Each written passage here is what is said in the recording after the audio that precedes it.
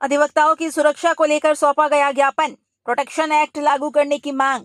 बहर में आज अधिवक्ता संघ द्वारा अधिवक्ता पर हुए हालिया हमले के विरोध में एसडीएम महोदय को ज्ञापन सौंपा गया।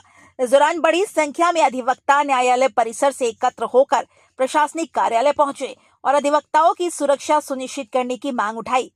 अधिवक्ता संघ के अध्यक्ष आर.के. चौहान के नेतृत्व में सौंपे गए इस ज्ञापन में अधिवक्ता प्रोटेक्शन एक्ट को प्रभावी रूप से लागू करने की मांग की गई। संघ का कहना है, अधिवक्ताओं पर बढ़ते हमले न्याय व्यवस्था के लिए गंभीर चिंता का विषय है और इससे अधिवक्ताओं के मन में असुरक्षा की भावना उत्पन्न हो रही है। अध्यक्ष श्री चौहान ने कहा कि अधिवक्ता न्याय प्रणाली की महत्वपूर्ण कड़ी है और उनकी सुरक्षा सुनिश्चित करना शासन एवं प्रशासन की प्राथमिक जिम्मेदारी है। उन्होंने प्रशासन से मांग की कि दोषियों पर कड़ी कार्रवाई की जाए तथा अधिवक्ता प्रोटेक्शन एक्ट को तत्काल प्रभाव से लागू किया जाए ताकि भविष्य में इस प्रकार की घटनाओं की पुनरावृत्ति न हो। ज्ञापन सौंपते समय उपस्थित अधिवक्ताओं ने एक स्वर में कहा, यदि उनकी मांगों पर गंभीरता से विचार नहीं किया गया तो संघ आगामी दिनों में आगे की रणनीति पर विचार करेगा। फिलहाल प्रशासन की ओर से ज्ञापन प्राप्त कर आवश्यक कार्रवाई का आश्वासन दिया गया है। रिपोर्टर शैल पांडे। नमस्कार मित्रों, इस समय हमारे साथ हैं अधिवक्ता संघ बैहर के अध्यक्ष श्री आर.के. चौहान जी से। सर प्रणाम। नमस्कार। सर, मैं आपसे जानना चाहूँगा कि आज जो आपने अधिवक्ता प्रोटेक्शन एक्ट के तहत जो प्रतिवेदन एसडीएम महोदय को दिया गया है, उसकी मुख्य मांगे क्या है?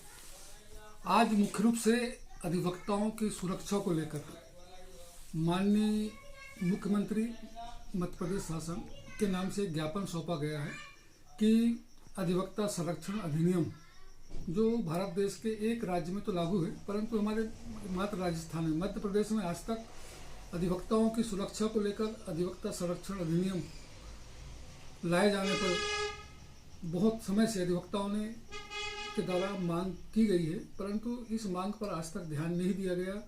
इसी मांगों को लेकर आज राज्य अधिवक्ता परिषद के आह्वान पर अधिवक्ता संघ बैहर द्वारा भी मुख्य अनुभागीय अधिकारी बैहर के माध्यम से मुख्यमंत्री मध्य प्रदेश शासन भोपाल को एक ज्ञापन दिया गया है। सर, क्या हाल की किसी विशेष घटना या अधिवक्ताओं पर हुए हमले के कारण यह कदम उठाया गया है?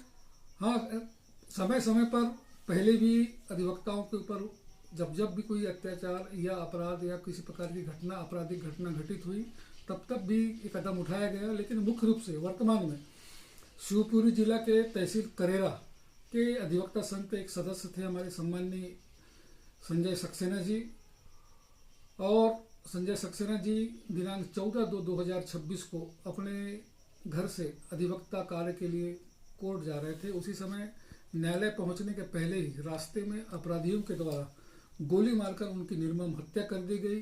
तो एक नया कारण को लेकर यह मुख्य रूप से ज्ञापन सौंपा गया है कि अधिवक्ताओं की सुरक्षा के प्रति शासन कितनी गंभीर है।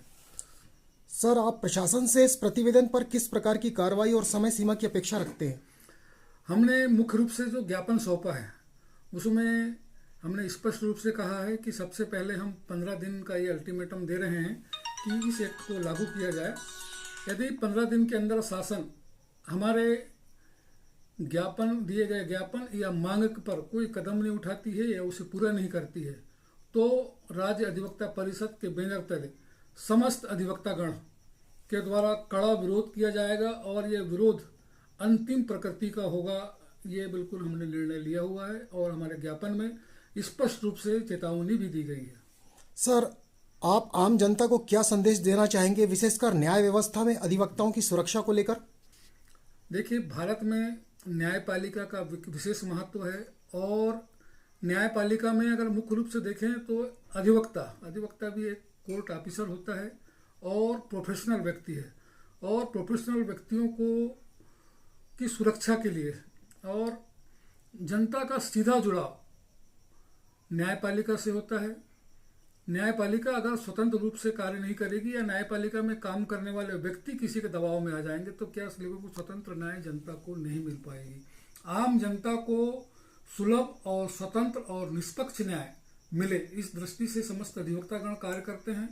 इसलिए जनता की दृष्टि से भी उनके हितों की रक्षा के लिए कार्य करने वाले व्यक्ति को जब तक सुरक्षा नहीं मिलेगी वह निष्पक्ष अपना पक्ष प्रस्तुत करने में असमर्थ रहेगा। यही सब बातें हम जनता की लेकर भी इस ज्ञापन के माध्यम से शासन के समक्ष पहुंचे हैं। धन्यवाद सर।